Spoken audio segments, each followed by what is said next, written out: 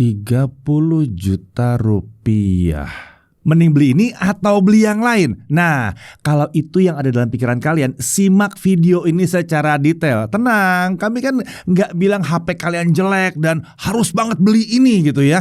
Jadi kalian nggak perlu tersinggung, terutama karena harganya. Video ini dirancang untuk bisa mempelajari Samsung Galaxy Z Fold 7 ini secara objektif. Siapa tahu kan, mungkin aja di masa depan kalian bisa punya smartphone canggih seperti ini. Amin. Keren lah ini ya sebetulnya ya. Lihat deh, saking tipis dan ringannya, saat dilipat ini benar-benar terasa seperti smartphone non-foldable yang lain. Layar covernya udah lebih lebar, nggak sekurus pendahulunya. Ngetik benar-benar kerasa pakai HP biasa. Saat dibuka, layarnya jadi seperti tablet. Untuk kerja jadi lebih asik lagi nih. Kamera upgrade-nya jauh banget dibandingkan pendahulunya. Fitur AI-nya segudang. Langsung dapat One UI 8, Android 16, update 7 tahun. Nah, dalam video ini kita juga akan menjawab pertanyaan-pertanyaan dari kalian seperti: kok nggak support S Pen lagi? Kok nggak pakai under display kamera lagi? Kok baterainya nggak di-upgrade? Kok katanya nggak pakai vapor chamber? Suhunya gimana? Lalu apa benar kameranya selevel ultra? Nah, semua akan kami jawab dalam video ini.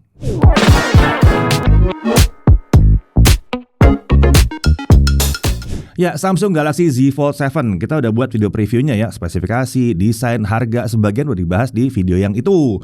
Video 8K 30fps juga udah diupload supaya bisa cek resolusi benerannya kalau 8K 30fps seperti apa. Kalau yang ini dibuat 8K 30fps, wah gede banget uploadnya ya. Lalu video 4K 60 juga sudah ada, bahkan itu diedit pakai Fold 7 juga loh. Itu sekalian ngetes kemampuannya dan ngasih sampel video 4K benerannya. Nah, untuk kalian yang udah subscribe harusnya udah nonton ya. Kalau belum sih keterlaluan, atau mungkin ketinggalan karena belum subscribe. Tahu dong harus ngapain ya. Oke, buat yang belum tahu, Z Fold itu adalah smartphone lipat terbaiknya Samsung dan sekarang sudah masuk ke generasi ke-7 ya. Di sini ada 5, 6, 7 ya.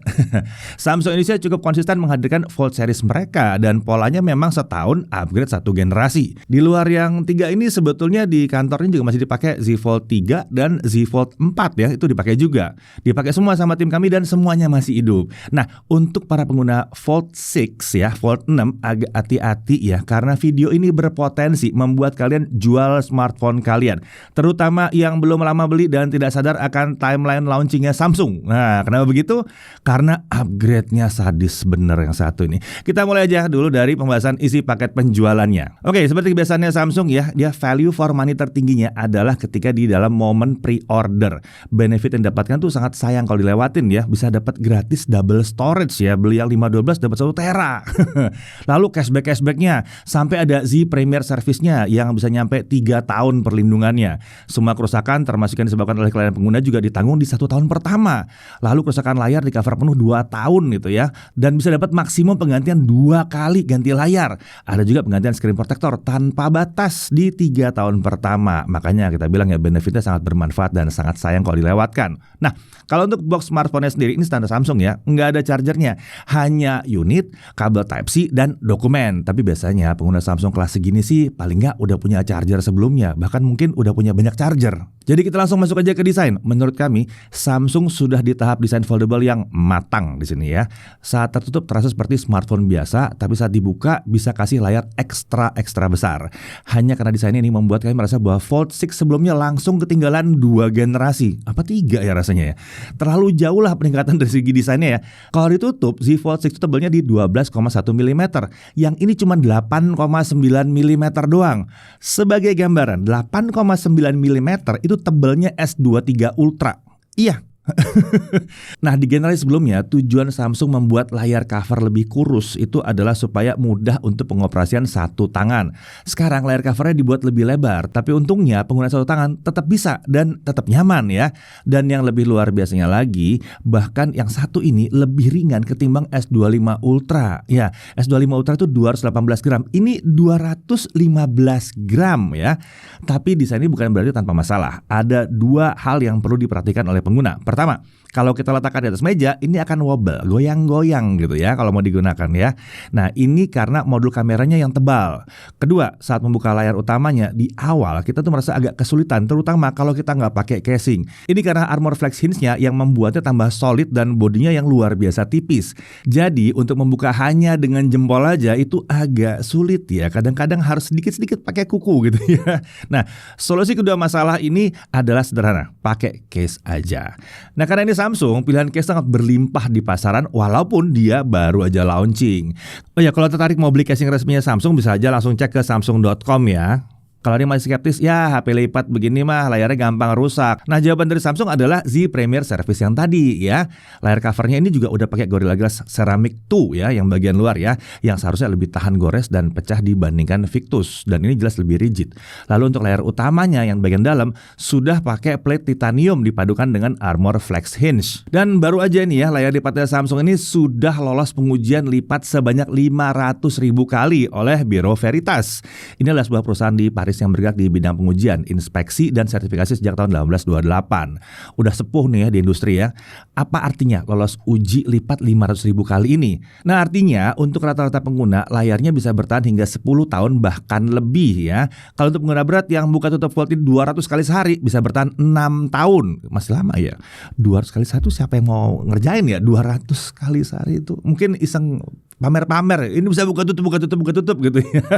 Kayaknya lebih arah iseng sih sebetulnya. Nah, hasil pengujian ini mengindikasikan kalau layar Samsung terbaru ini sudah 2,5 kali lebih kuat dibanding pendahulunya yang lulus uji lipat hingga 200.000 kali. Bahkan kalau kalian lihat video Jerry Rig yang terkenal sering matahin HP itu, dia nggak berhasil matahin Fold 7 ini. Jadi seharusnya kalau memang penggunanya adalah pengguna normal dan bisa merawat barang, Z Fold 7 ini akan bertahan lama. Kalau penggunanya barbar, gak ngerawat barang, sering jatuh, kayaknya sih itu lebih cocoknya pakai rugged seriesnya Samsung aja dah. Dan sebetulnya sih ya, dengan melebarnya layar luarnya, itu juga membuat kita sebetulnya akan jarang masuk ke dalam kalau mau ngetik-ngetik kan. Oke, untuk warna, unit yang kami uji ini adalah yang Blue Shadow. Untuk warna lainnya ada Jet Black dan ada Silver Shadow. Ada juga warna Mint, tapi ini eksklusif di samsung.com aja. Oke, untuk body seperti biasa dia punya sertifikasi IP rating di IP48. 4 artinya bisa terlindung dari benda padat sampai 1 mm ukurannya ya. Jadi kalau lebih dari 1 mm nggak bakal bisa masuk. Jadi tempat penyimpanannya harap diperhatikan juga, jangan sampai terlalu kotor atau ya banyak pasir. Tapi mesti pasir halus banget sih ya. Kalau pasir 1 mm nggak bakal masuk juga ke dalam. Sedangkan angka di belakang itu sudah tahan kalau nggak sengaja tercebur ke dalam air. Tapi ingat ya, bukan untuk diajak berenang, jangan ya. Oke, lanjut kita lihat sisi-sisinya dalam kondisi terbuka. Kita lihat di sisi kanan dulu. Di sini ada tombol power yang sekaligus jadi fingerprint scanner. Lalu tombol volume up and down. Di atas ada 2 buah lubang mikrofon, slot dual SIM, lalu ada grill speaker. Di sebelah kiri ini kosong. Di bawah ada 2 lubang mikrofon, port USB-C 3.2 yang terlihat besar sekali karena HP-nya tipis ya, dan ada grill speaker. Nah, tipis-tipis gini kualitas speakernya tetap oke loh. Suaranya tetap detail dan jernih. Bukan yang paling lantang, tapi kalau untuk keperluan nonton dan gaming ini udah mencukupi. Kalau dibandingin sama Fold lain sih ini ngelawan lah ya. Masih tetap salah satu yang paling bagus lah kalau di antara foldable. Sekarang kita lihat bagian layar utamanya. Dari si kris atau lipatan pada layar apakah makin samar? Untuk saat ini kalau kondisinya baru beli, lipatannya sih nyaris nggak kelihatan. Apalagi kalau bener-bener baru beli itu nggak ada sih sebetulnya, nggak kelihatan. Tapi sering pemakaian, krisnya akan muncul dan ini wajar. Semua HP lipat yang bilangnya katanya krisnya nggak kelihatan, itu kelihatan kok. Yang penting sih sebetulnya adalah tidak sampai mengganggu ketika lagi nonton. Dan memang rata-rata kalau udah biasa pakai, kita udah nggak lihat lagi tuh krisnya seperti apa. Untuk brightness diklaim Samsung ini bisa mencapai 2600 nits untuk peak brightness. Nah, saat kami uji di indoor, maksimum brightnessnya ada di kisaran 426 nits. Sementara untuk simulasi outdoor, dia bisa hampir mencapai 1400 nits. Nah, kalau klaim yang 2600 nits biasanya tuh yang titik kecil doang gitu, itu pengujian khusus ya. Nah, kalau kami ngujinya full screen brightness ya, yang kelihatan di semuanya gitu ya. Nah, apakah ini aman untuk outdoor siang terik matahari? Nah, meskipun 1400 nits, kami mendapati kalau siang terik panas banget, ternyata layarnya itu kalau kepanasan bisa meredup ya, bisa meredup. Ini sengaja nggak dipaksa terang terus kalau misalnya kejemur ya. Ini untuk kejemur doang ya. Kalau cuman nyebrang dari kantor satu ke kantor lain terang banget, itu masih tetap nyala terang banget dia, nggak ada masalah. Tapi kalau kalian misalnya dijemur, nggak tahu kenapa kalian jemur di lapangan ya, di bawah terik matahari, nanti dia akan meredupkan diri supaya tidak terjadi burn-in sepertinya. Nah, untuk warna layar disediakan opsi natural dan juga ada vivid. Nah, saat kami uji setting natural gamut coverage itu lebih diarahkan ke 100% sRGB dan volume sedikit berlebih di 117% sRGB, tapi masih sangat cocok untuk editing konten. Yang perlu diperhatikan adalah opsi vivid. Setting defaultnya menurut kami sih udah cukup gonjreng ya, tapi saat kami uji ternyata color gamut coverage-nya itu masih di kisaran 86% DCI-P3 dengan gamut volume di 93,6% DCI-P3. Nah, ini kalau dirasakan kurang, ada caranya supaya setting vividnya terasa lebih gonjreng lagi ya. Masuk ke advanced setting, lalu slider vividnya digeser ke kanan sampai mentok. Nah, kalau settingnya seperti ini, color gamutnya bisa mencapai 100% DCI-P3 atau tepatnya coverage di 99% DCI-P3 dengan volume di 117% DCI-P3. Untuk refresh rate layar ini up to 120Hz, adaptif dari 1 sampai 120Hz. Fitur always on display tersedia dan beneran bisa diatur selalu menyala. Nah, di sisi kanan atas layar itu ada kamera selfie 10 megapiksel. Ini f2.2 fixed focus. Yang menariknya kamera selfie-nya ini ultra wide ya. Jadi dia punya sudut pandang yang sangat lebar, tepatnya 100 derajat. Sebagai perbandingan, kamera selfie pada umumnya itu ada di kisaran 85 derajat. Sementara kalau kamera belakang yang ultra wide itu biasanya 110 sampai 120 derajat. Jadi ini udah lebar sebetulnya. Untuk perekaman videonya up to 4K 60 dong. Ini peningkatan yang signifikan ketimbang pakai UDC atau under display kamera. Kalau disuruh pilih UDC demi layar bersih atau selfie seperti ini tapi jadi terlihat ada tompelnya, bagaimana? Kami sih akan pilih selfie yang sekarang ya, jauh lebih fungsional dan kepake kameranya. Nah, memang saat digunakan untuk nonton video yang aspek rasionya adalah 16:9 atau 21:9, kamera selfie ini malah jadi masuk ke dalam videonya. Seandainya Samsung meletakkan posisi kameranya di pojokan kanan ya, menurut kami akan lebih oke lagi. Oke, sekarang kita bahas dulu pertanyaan besar mengenai layar utamanya ini. Kok udah nggak support S Pen lagi? Nah, pertama dari pengalaman pribadi saya sendiri sih sebagai pengguna Fold ya, tuh ya ada sebelah ya. Saya entah kenapa default jadi jarang pakai S Pen. Sederhananya karena satu, S Pen-nya terpisah dari bodinya. Ini beda dengan S25 Ultra karena S Pen-nya dari dalam. Ketika mau nulis atau tanda tangan itu jadi lebih praktis aja, tarik, tulis, tanda tangan gitu, bisa gitu ya. Kan bisa pakai casing ada slot S Pen-nya itu bang. Bisa sih dan saya pakai, tapi entah kenapa mungkin ya karena kalau dibuka layarnya udah besar, saya udah nggak butuh pen lagi gitu untuk banyak kebutuhan. Nah, kedua, dari sisi Samsung, pihak mereka menyatakan berdasarkan studi pengguna, S Pen default memang ternyata jarang digunakan. Secara global, mereka mencatat ada hanya 3% dari total pengguna yang memakai S Pen-nya. Ini untuk yang foldable ya, angkanya ya. Menurut Samsung, mayoritas penggunanya itu meminta bodi yang lebih tipis ketimbang ada S Pen-nya atau stylusnya itu ya. Dari hasil studi berikutnya adalah pengguna yang udah punya Fold itu juga biasanya punya smartphone Samsung lain juga. Jadi mungkin udah punya S25 Ultra, S24 Ultra, S23 Ultra, S22 Ultra yang semua udah punya S Pen. Nah, kalau yang ini adalah alasan dibalik keputusan yang diambil oleh Samsung ya. Lagi pula kalau emang butuh banget pen ya, kita masih bisa sebetulnya pakai universal stylus. Jadi bukan berarti nggak bisa pakai stylus sama sekali. Bisa dilihat nih ya, untuk mencatat masih bisa. Kalau mau bikin koreksi-koreksi, melingkar atau mencoret seperti ini, bisa. Untuk bikin tanda tangan, bisa juga ya. Kalau pakai universal stylus bisa kita pakai untuk layar cover dan layar utamanya. Dan karena ini universal, memang tidak hanya untuk Z Fold aja ya, layar smartphone lain juga bisa yang pakai universal kayak begini. Memang kalau untuk menggambar yang serius ini belum cocok karena dia nggak ada tebal tipisnya. Nah, pertanyaan sih yang nggak terima dengan keputusan Samsung ini dan keluar-keluar di internet ini beneran pengguna bukan sih? Kayaknya kalau memang pengguna dengan adanya universal stylus tuh bisa juga terjawab kebutuhannya ya. Jadi sebetulnya yang benar yang mana sih? Ya udahlah ya, kita lanjut aja ya. Kita lanjut ke sisi belakang. Ini adalah layar cover screen-nya ya. Ini adalah layar 6,5 inci. Resolusinya sekarang udah tinggi nih, 2520 x 1080 piksel. Akhirnya 1080 juga tuh ya. Aspek rasionya sekarang lebih ke arah 21:9. Jadi waktu nonton film sinematik nggak terlalu banyak sisi hitam di atas bawahnya. Dari segi kecerahan layar dan color gamut, hasil tesnya mirip dengan layar utamanya tadi. Bahkan refresh rate-nya pun mirip ya. Di tengah atas layar ini ada kamera selfie 10 megapiksel yang sepertinya sensornya sama dengan yang di dalam ya. Bukannya f2.2 fixed focus dan nah kalau yang ini selfie biasa yang sekitar 80-an derajat itu ya. Perekaman videonya juga up to 4K 60 fps. Lalu kalau kita lihat di sisi sebelahnya, nah ini nih ada modul triple kamera dan satu LED flash. Kamera yang ini terdiri dari kamera ultrawide 12 megapiksel, f2.2, field of view-nya 120 derajat dan ini auto fokus. Ini beda dari pendahulunya walaupun sama-sama 12 megapiksel. Ini auto fokus. Fold 6 masih fix fokus. Perekaman videonya up to 4K 60 fps. Kemudian, nah ini kamera ultranya nih ya, kamera utamanya 200 megapiksel f1.7 pakai optical image stabilizer, perekaman video up to 8K 30 fps. Oh ya udah naik ya videonya, jadi kalian udah tahu ya. Nah ini adalah kamera yang serupa dengan yang ada di S25 Ultra dan ada di S25 Edge. Ya paling nggak resolusinya mirip lah ya. Kemudian ada kamera tele juga 10 megapiksel, 3 kali optical zoom f2.4, ada OIS-nya juga di sini dan perekaman video juga lagi-lagi sampai 4K 60 fps. Kalau fitur sih ekstra melimpah ya, dari Pro Video dan Lock itu bisa dipakai di semua kamera, termasuk 2 kamera selfie-nya tadi. Ada Expert RAW, Dual Rec, Portrait Video 4K, dan segudang fitur lainnya. Apalagi kalau kalian install kamera asisten dari Galaxy Store, nambah banyak lagi fiturnya nih. Terlalu banyak dan kayaknya nggak bisa dibahas satu-satu ya. Kalau nggak nanti videonya mau jadi berapa jam nih ya. Oke, lanjut ke spesifikasi internalnya. SoC dia pakai Snapdragon 8 Elite for Galaxy. Untuk unit yang kami tes ini RAM-nya 16 GB dengan storage 1 TB. Jadi ini adalah varian yang paling tingginya. Kalau kalian beli yang 256 atau 512, nah itu RAM-nya 12 GB. Nah tapi kalau kalian beli di masa PO, beli yang 512 dengan RAM 12 GB itu dapatnya 1 TB dengan RAM 16 GB ya. Nah untuk baterai 4400 mAh. Dari sisi kapasitas mungkin nggak berubah dari pendahulunya, tapi jangan lupakan kalau bodinya sekarang jadi jauh lebih tipis ya.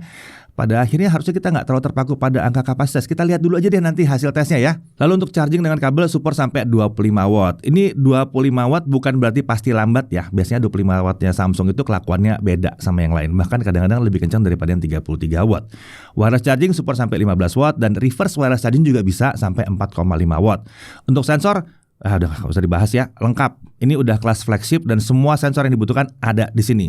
Kalau mau dicari-cari banget ya, sebetulnya ada satu sensor flagship yang nggak ada di sini ya. Itu adalah laser focus sensor ya untuk kamera. Ya dulu sih untuk bantuin autofocus. Tapi semakin canggihnya si sensor kamera sendiri, sekarang autofocus di smartphone ini udah baik-baik aja. Harusnya nggak ada masalah di sini. Ya kita udah lihat di S25 Edge nggak ada masalah ya dengan autofocus. Lanjut untuk fitur keamanannya, dia punya fingerprint scanner dan face unlock. Untuk konektivitas tentunya dia sudah 5G, 2G, 3G, 4G, 5G bisa semua ya, dan support dual SIM dan dual eSIM bisa ya.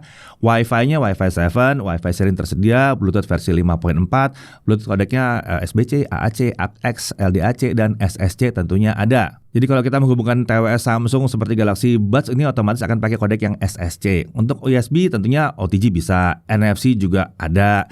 Untuk display out via USB-C jelas bisa. Tinggal colok aja ke monitor eksternal atau ke TV gitu ya, atau ke proyektor gitu ya. Layar nanti bisa di mirror atau kita bisa aktifkan mode DeX ya. Jadi udah mode desktopnya Samsung ya, udah tahulah kalian harusnya ya, dan mode desktopnya seperti ini. Ini sangat memudahkan ketika butuh terhubung ke layar yang lebih besar dan butuh multitasking yang lebih banyak lagi. Kemudian dia juga punya ultra wideband. Untuk OS dia pakai One UI 8 berbasis Android 16 ya. Nah, yang di awal tahun ribut-ribut bilang, wah Samsung lambat, One UI 7-nya telat. Nah, ini One UI 8 langsung nih, kayaknya balas dendam dia ya. Kemarin 7-nya telat, 8-nya cepet, langsung Android 16. Kayaknya ini salah satu HP pertama yang pakai Android 16 langsung ya. By default nih 16. Nah, untuk update-nya standar Samsung ya, 7 kali Android update, tapi startnya dari 16 bukan dari 15 ya, dan dapat 7 tahun security update. Dari si tampilan ini nggak banyak perubahan dibandingkan One UI 7 sebetulnya, jadi pengguna nggak perlu khawatir untuk adaptasi ulang lagi. Nah, untuk mengetahui apa yang baru di One UI 8 ini, nggak perlu kita bahas di sini sebetulnya. Kita tinggal masuk aja ke settings dan pilih menu Tips and User Guide. Kita akan langsung bisa lihat apa yang baru di One UI 8 ini dan tutorial memanfaatkan fitur-fitur One UI yang baru ini. Untuk hal yang baru katanya ada 5 fitur. Pertama, call caption untuk mengubah suara saat lagi telepon menjadi teks. Lalu ada fitur best face yang memperbaiki foto kalau ternyata ada yang merem atau ekspresi kurang bagus. Tapi ini di One UI 7 juga ada sebetulnya ya. Kemudian ada rekomendasi wallpaper. Ada juga fitur untuk mengedit angka jam pada lock screen ya, dan ada update dari si penggunaan Galaxy Buds. Jadi kita nggak perlu masuk ke wearable app untuk mengatur Galaxy Buds kita. Menunya sekarang udah masuk ke dalam settings, jadi lebih praktis aja. Nah, untuk fitur AI jelas ini masih yang terlengkap. Update yang menarik di sini ada mungkin di sisi audio erasernya. Sekarang sudah ada mode auto, jadi ada opsi yang lebih praktis kalau misalnya nggak mau ngatur secara manual. Dengan mode auto kita bisa merapikan audio konten kita dengan lebih cepat. Lalu Gemini AI juga sekarang makin canggih dan nyaman dipakai di foldable. Mau nanya sesuatu tinggal ketik atau ngomong langsung, nggak perlu pindah-pindah aplikasi lagi. Nah, kita juga bisa menggunakan screen sharing atau kamera ya. Jadi kita tinggal kalau pakai kamera tinggal buka aja kameranya, terus ngobrol deh tuh sama Gemini AI-nya ya. Langsung aja tanya ke dia, ini apa? Tunjukin aja, ini apa, ini apa, ini apa. Nah, jawabannya muncul secara instan dan kontekstual. Dan untuk screen sharing itu nggak cuma screen biasa doang ya, bahkan in game juga bisa.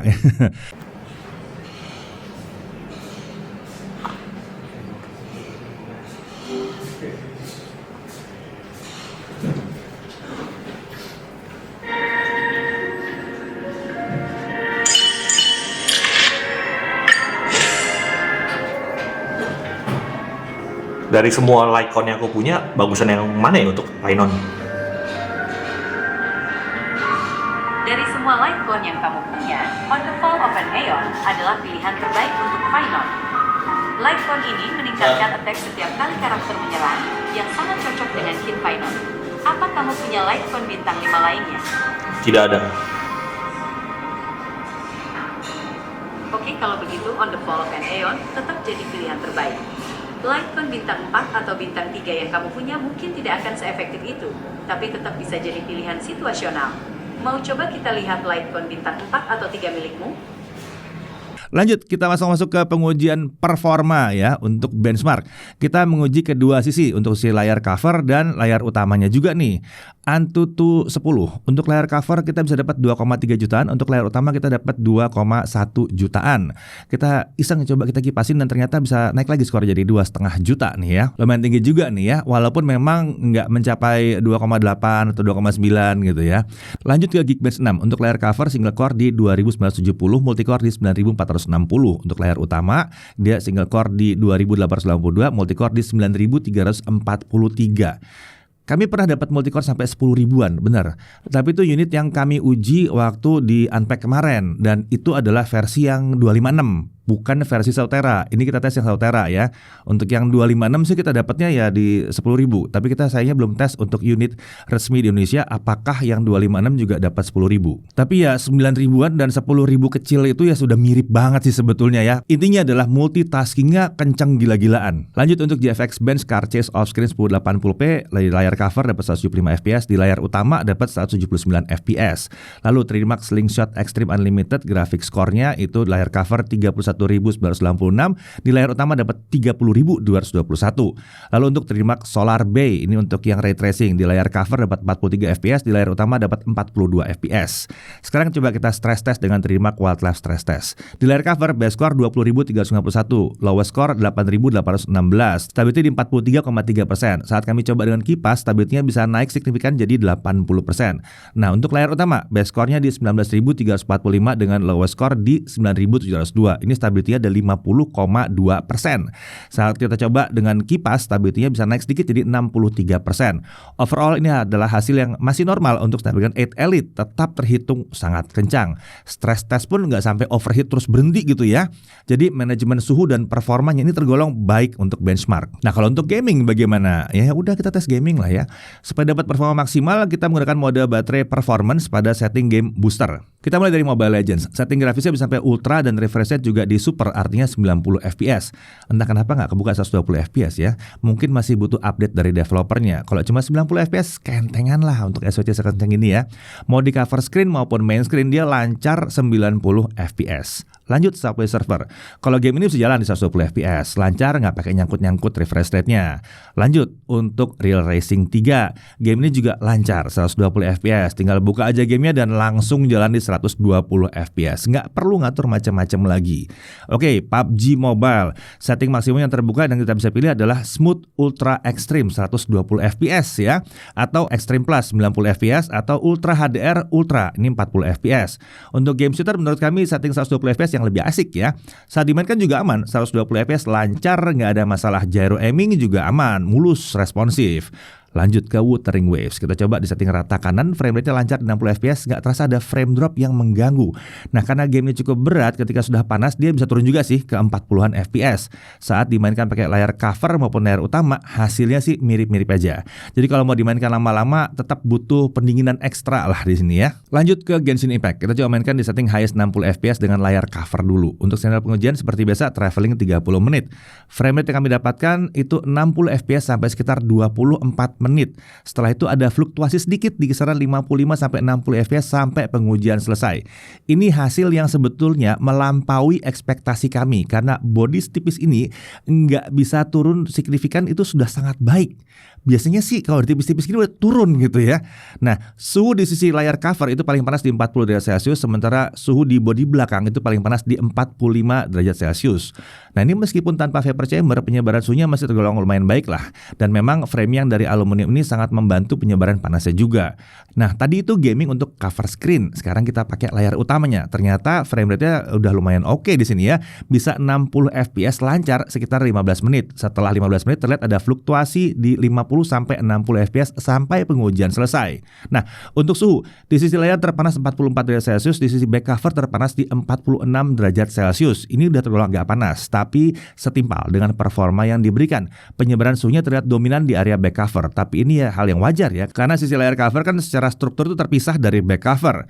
Nah, dan overall ini masih cukup nyaman ketika digenggam karena 46 derajat itu hanya di satu titik. Bagian bodi yang lainnya bisa dilihat dari hasil pengujiannya itu tidak nyampe 46 derajat Celcius.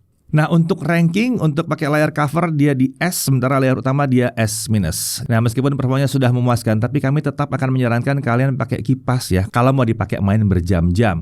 Overall, untuk sebuah smartphone super tipis seperti ini dan sudah tidak pakai vapor chamber, pengalaman gamingnya termasuk yang impresif menurut kami.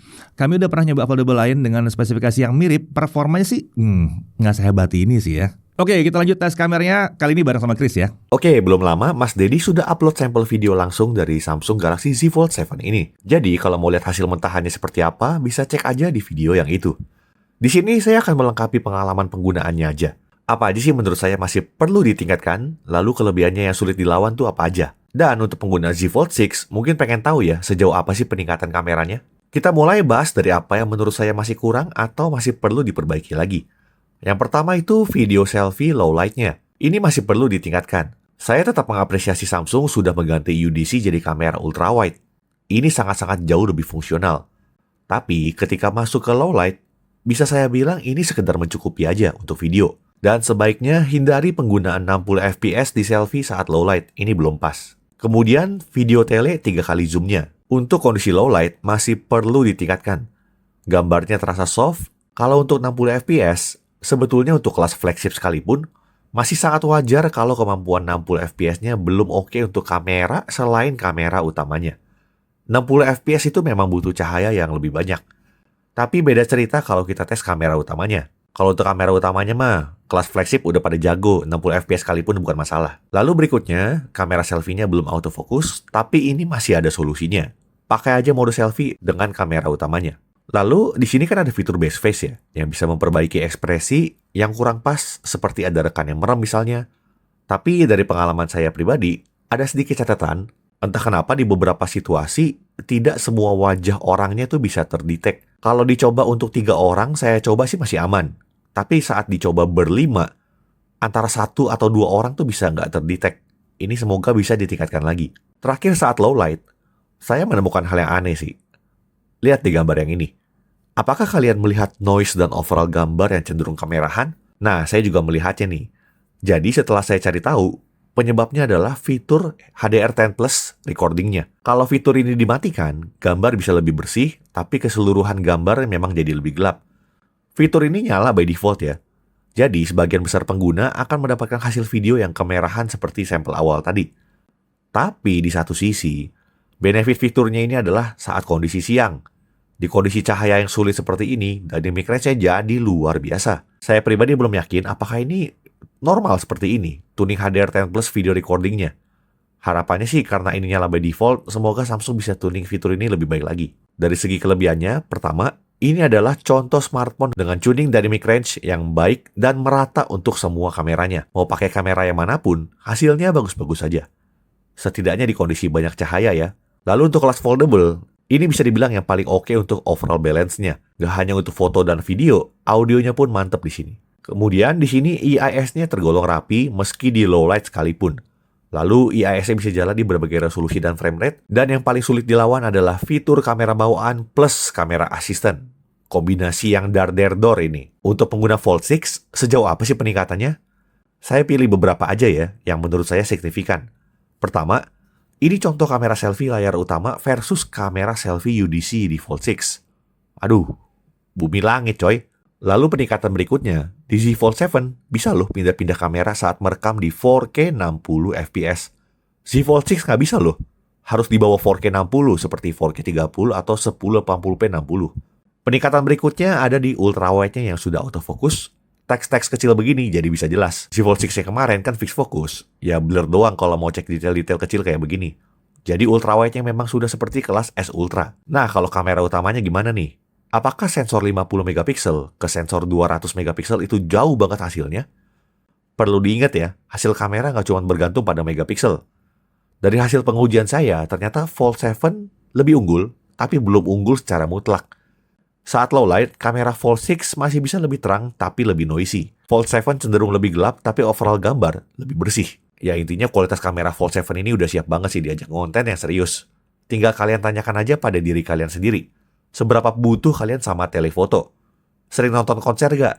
Karena kalau dibandingkan dengan S25 Ultra, kalian gak dapat tele 5 kali zoom yang 50 megapiksel itu. Tapi kalau kalian jarang zoom sampai sejauh itu, menurut saya sih kalian gak akan ngerasain kameranya ini jauh beda dengan S25 Ultra. Oke, sekian pengujian kameranya Samsung Galaxy Z Fold 7. Kita lanjut lagi ke pembahasan berikutnya. Oke, sekarang moment of truth, kita tes baterainya ya. Untuk YouTube Local Video Playback 1080p yang kita download dulu itu seperti biasa, ini pengujiannya sama di semua handphone yang kita uji. Kalau di cover screen ini nyaris 30 jam loh bertahannya, tepatnya 29 jam 46 menit. Sementara untuk layar utamanya, layar besarnya itu baterai bertahan 23 jam 47 menit. Nah ini sesuai dengan janjinya Samsung yang 24 jam, udah mirip banget ya. Tapi menariknya, Samsung menjanjikan 24 jam itu untuk video 720p. Ini videonya 1080p loh. Nah, untuk baterai 4400 mAh ini adalah hasil yang tergolong bagus. Ya coba deh kalian cek video kami yang lain. HP-HP yang pakai baterai 6000 aja itu ada yang cuma bisa tahan 21 jam loh. Dan ada juga foldable lain, baterainya lebih besar tapi hasilnya mirip-mirip aja sama yang satu ini. Jadi jangan terlalu cepat menyimpulkan cuma dari angka mAh-nya aja ya. Nah, kalau butuh versi SOT ya dari penggunaan saya kemarin sempat jalan setelah dia udah stable. Setelah stable ya, setelah 2 hari ya, di hari ketiga dites itu bisa mencapai 7 jam lebih. Dan ini dipakai buat Instagram, Netflix, kamera, dan heavy di kamera ya karena lagi jalan-jalan. Bahkan sempat ngedit tipis-tipis pakai CapCut ya. Bukan 5 menitan, bukan. Cukup lama kok ngedit pakai CapCut-nya. Lanjut untuk YouTube streaming 1080p selama 30 menit. Di cover screen baterai turun 3%, di main screen baterai turun 4%. Ini hasilnya normal. Lalu 30 menit mainan TikTok ya, di cover screen itu baterai turun 3%, di main screen turun 4%. Lagi-lagi ini hasilnya normal ya. Lalu untuk Genshin Impact 30 menit highest 60 fps di cover screen dan di main screen sama-sama turun 13%. Ini hasil yang normal. Sebentar, sebetulnya nggak normal. Karena biasanya kita bilang normal itu kalau baterainya 5000. Ini kan baterai 4400 ya. Jadi sebetulnya ini lebih irit gitu ya. Sebetulnya ya. Ya jadi terlihat kan ya, 4400 mAh-nya itu punya performa yang oke. Kemampuan seperti ini masih dalam kategori awet sebetulnya. Oke, sekarang kita lanjut untuk charging. Nah, untuk charging HP Samsung kami pakai charger asli Samsung yang 45 watt sebagai standar kami. Tapi tenang, 45 watt itu tidak akan genjot 45 watt ya. Dia akan tahu kok, oh ini HP-nya bisa 25, jalannya 25 aja gitu ya. Nah, sampai 50% butuh waktu 28 menit. Sementara dari kosong sampai penuh itu butuh waktu 1 jam 22 menit. Ini adalah hasil yang khas Samsung banget. Mau baterainya berapapun, hasil yang kita dapatkan tuh biasanya 1 jam 10 sampai 1 jam 20-an menit. Ya, memang ini bukan yang terkencang, tapi kami belum bisa bilang ini lambat banget juga ya. Ini masih dalam batas yang bisa ditoleransi atau normal menurut kami. Dan seharusnya ini juga akan bisa memperpanjang umur baterai. Bicara memperpanjang umur baterai, kalau mau lebih panjang lagi umur baterainya, ada settingannya kok. Nah, yang ini nih, lihat yang ini ya. Setting aja di sini. Oke, lanjut. Untuk pengujian ekstra, Netflix sudah bisa L1, support Full HD, HDR10, dan AV1 juga. Untuk YouTube, playback bisa sampai resolusi 4K 60 HDR. Untuk haptic feedback, ya udahlah ya, namanya kelas flagship buat ngetik, untuk navigasi, untuk kamera, haptiknya empuk, presisi, dan sangat nyaman. Nah, kita masuk ke harga.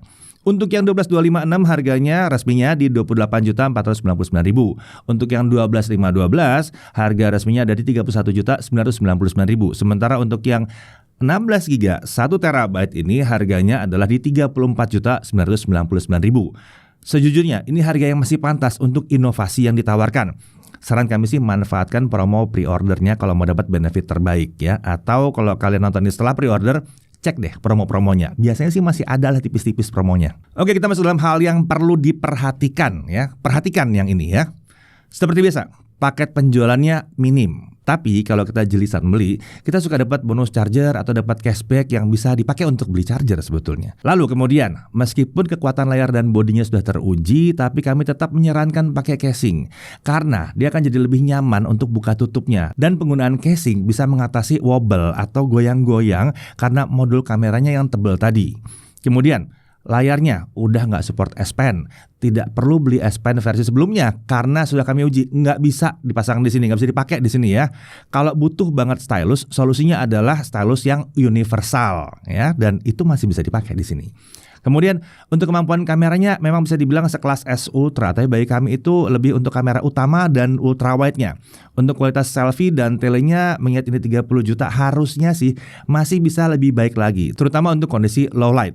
Kemudian untuk posisi kamera selfie-nya menurut kami itu akan lebih bagus kalau ada di pojok kanan tuh ya harusnya ya, supaya lebih nyaman waktu kita nonton dengan layar utamanya. Dan yang terakhir adalah baterainya. Ya memang daya tahan baterainya terbukti bisa ngelawan yang ukurannya lebih besar. Tapi seandainya Samsung sudah pakai baterai silikon karbon, mungkin kalau pakai yang 5000 mAh aja gitu ya, dan bisa super irit, harusnya ini bisa jadi lebih asik lagi daya tahan baterainya. Oke, lanjut untuk kelebihannya. Sebentar, kebanyakan Chris.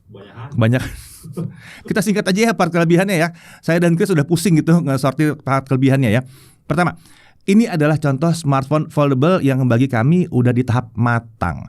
Fisik beres, OS beres, kamera beres, baterai beres, performa beres. Kombinasi yang masih sulit ditemukan untuk kancahnya foldable ya. Kemudian di sini banyak keluhan pengguna yang dijawab di Fold 7. Ini bukti bahwa Samsung dengerin banget.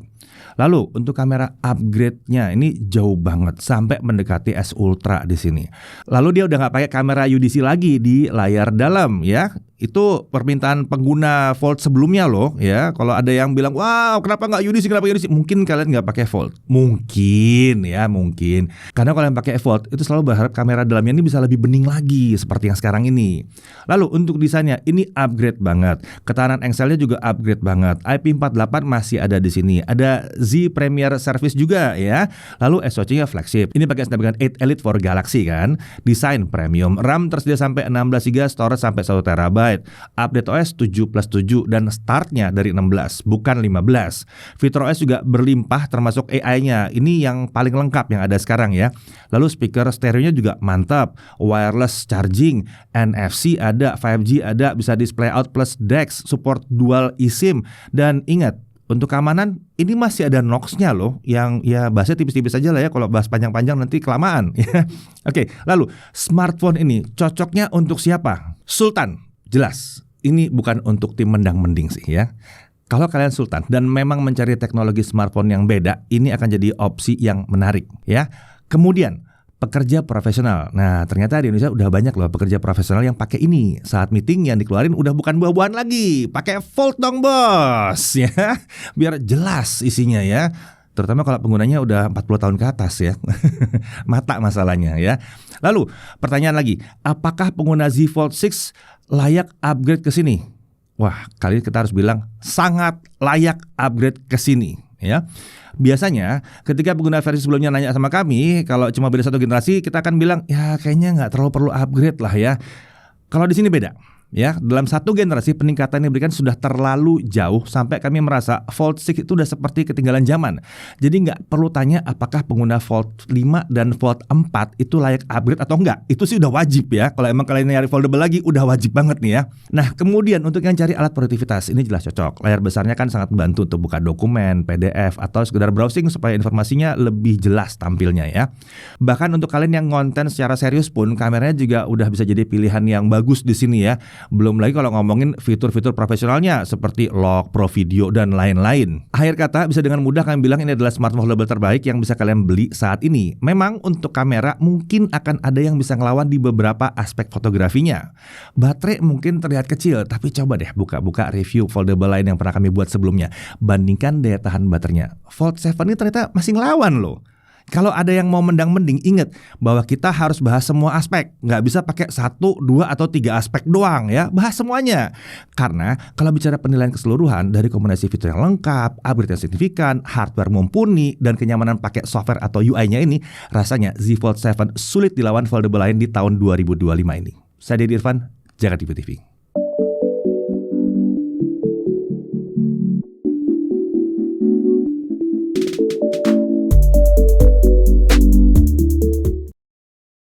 Oh ya, kalau tertarik mau beli casing resminya Samsung bisa aja langsung cek ke samsung.com ya.